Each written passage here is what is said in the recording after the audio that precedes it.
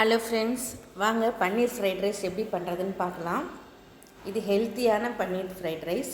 அதுக்கு முதல்ல பேனில் பட்டர் போட்டு அதில் பன்னீரை நம்ம வறுத்து வச்சுக்கலாம். பொறுமையாக வறுக்கணுங்க, உடையாமல் வறுக்கணும். பன்னீர் நல்லா வறுத்ததுக்கப்புறம் அதை அப்படியே ஒரு பாத்திரத்தில் மாற்றி எடுத்து வச்சுட்டு அதே கடாயில் தான் நம்ம பண்ண போகிறோம். இதை எடுத்து வச்சுட்டு இதே கடாயில் கொஞ்சம் எண்ணெய் ஊற்றிட்டு அதில் இஞ்சி பூண்டு பேஸ்ட்டு கொஞ்சம் கருவேப்பிலை அதில் சேர்த்துருக்கேன். அது தேவையில்லை, கொஞ்சம் இருந்தது நான் போட்டிருக்கேன். கருவேப்பிலை ஆட் பண்ண அவசியமே இல்லைங்க. இது இஞ்சி பூண்டு பேஸ்ட் வதங்கினதுக்கப்புறம் வெஜிடபிள்ஸ் ஆட் பண்ணிக்கலாம். நான் கோஸு, பீன்ஸு, கேரட்டு போட்டிருக்கேன். இது வதங்குறப்பையும் நம்ம கொஞ்சம் உப்பு, மிளகுத்தூள், லெமன், சுகர் எல்லாம் ஆட் பண்ணணும். உப்பு ஆட் பண்ணியிருக்கேன். அடுத்து மிளகுத்தூள்,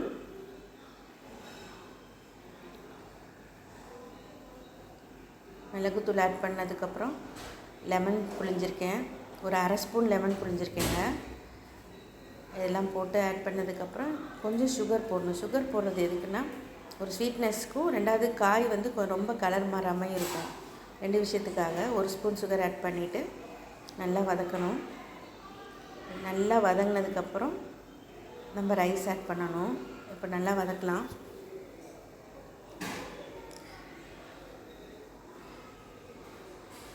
இது வதங்கிறதுக்கு ஏன்னா இது வந்து எண்ணெயிலே வதக்கிறதுனால கொஞ்சம் டைம் எடுக்கும். ஆனால் 3/4 வேக்காடு வெந்தால் போதுங்க, ரொம்ப வேகக்கூடாது.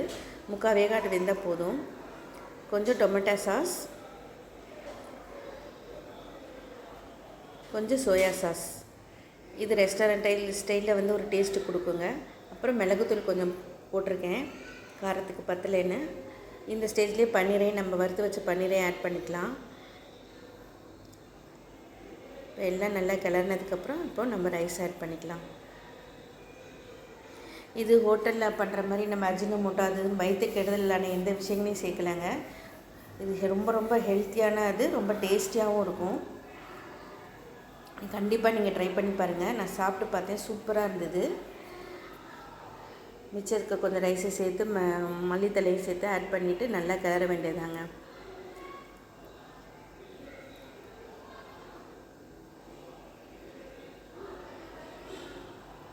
கிளறியாச்சு. கொஞ்சம் உப்பு பத்தலைன்னு உப்பு சேர்த்துருக்கேன். மிளகுத்தூளும் கொஞ்சம் போட்டிருக்கேன்.